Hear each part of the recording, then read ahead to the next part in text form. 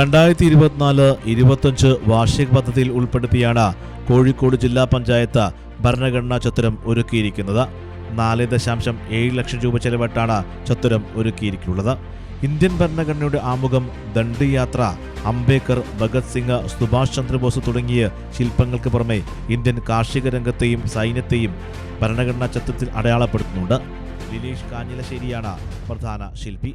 Revenue മന്ത്രി K Rajan ചത്വരം അനാച്ഛാദനം ചെയ്തു. വൈവിധ്യങ്ങളുടെ ബഹുസ്വരതയാണ് ഇന്ത്യൻ ഭരണഘടനയെ കൂട്ടിയോജിപ്പിക്കുന്നത് റവന്യൂ മന്ത്രി കെ രാജൻ ഉദ്ഘാടന പ്രസംഗത്തിൽ പറഞ്ഞു.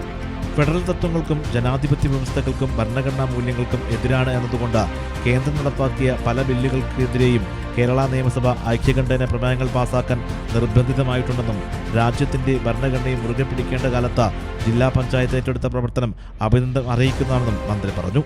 ഒരുപക്ഷെ ഈ കാലഘട്ടത്തിന്റെ ഏറ്റവും പ്രധാനപ്പെട്ട കടമ നിറവേറ്റുക എന്ന ചുമതല ഏറ്റെടുത്തുകൊണ്ട് വരാൻ പോകുന്ന തലമുറകൾക്ക് നമ്മളെ നയിക്കുന്നത് ഇന്ത്യ എന്ന 143 കോടി വരുന്ന മനുഷ്യരെ ആകെ നയിച്ചുകൊണ്ടിരിക്കുന്നത് ഇന്ത്യയുടെ ഭരണഘടനയാണ് എന്ന് ഓർമ്മിപ്പിക്കാൻ, ഭരണഘടന ഓർമ്മിപ്പിക്കൽ കൂടി ഒരു ചുമതലയായി നിർവഹിക്കപ്പെട്ട ഒരു കാലത്ത് അതിനുള്ള ഏറ്റവും പ്രമുഖമായിട്ടുള്ള, ഏറ്റവും ശ്രദ്ധേയമായിട്ടുള്ളൊരു നടപടി തീരുമാനിച്ച കോഴിക്കോട് ജില്ലാ പഞ്ചായത്തിനെ ഞാൻ ആദ്യമേ കേരള സംസ്ഥാന സർക്കാരിന് വേണ്ടി ഊഷ്മളമായി അഭിനന്ദിക്കാക്കിയ അവസരമില്ല.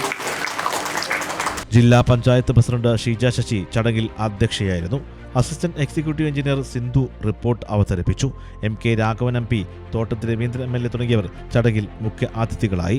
ജില്ലാ collector Snehil Kumar Singh, deputy mayor CP Musafir Ahammed, corporation standing committee chairman PK Nasar, councillor Praveen, ജില്ലാ പഞ്ചായത്ത് സ്ഥിരം സമിതി അധ്യക്ഷരായ KV Reena, VP Jameela, Nisha Puthanpurayil, Surendran master, ജില്ലാ പഞ്ചായത്ത് അംഗങ്ങളായ Suresh master, M Dhaneesh Lal, Mukkam Muhammad, MP Sivadasan, ADM Muhammad Rafeeq, ജില്ലാ panchayat vice president advocate P Gavas, secretary TG Ajesh, രാഷ്ട്രീയ പ്രതിനിധികൾ തുടങ്ങിയവർ ചടങ്ങിൽ പങ്കെടുത്തു.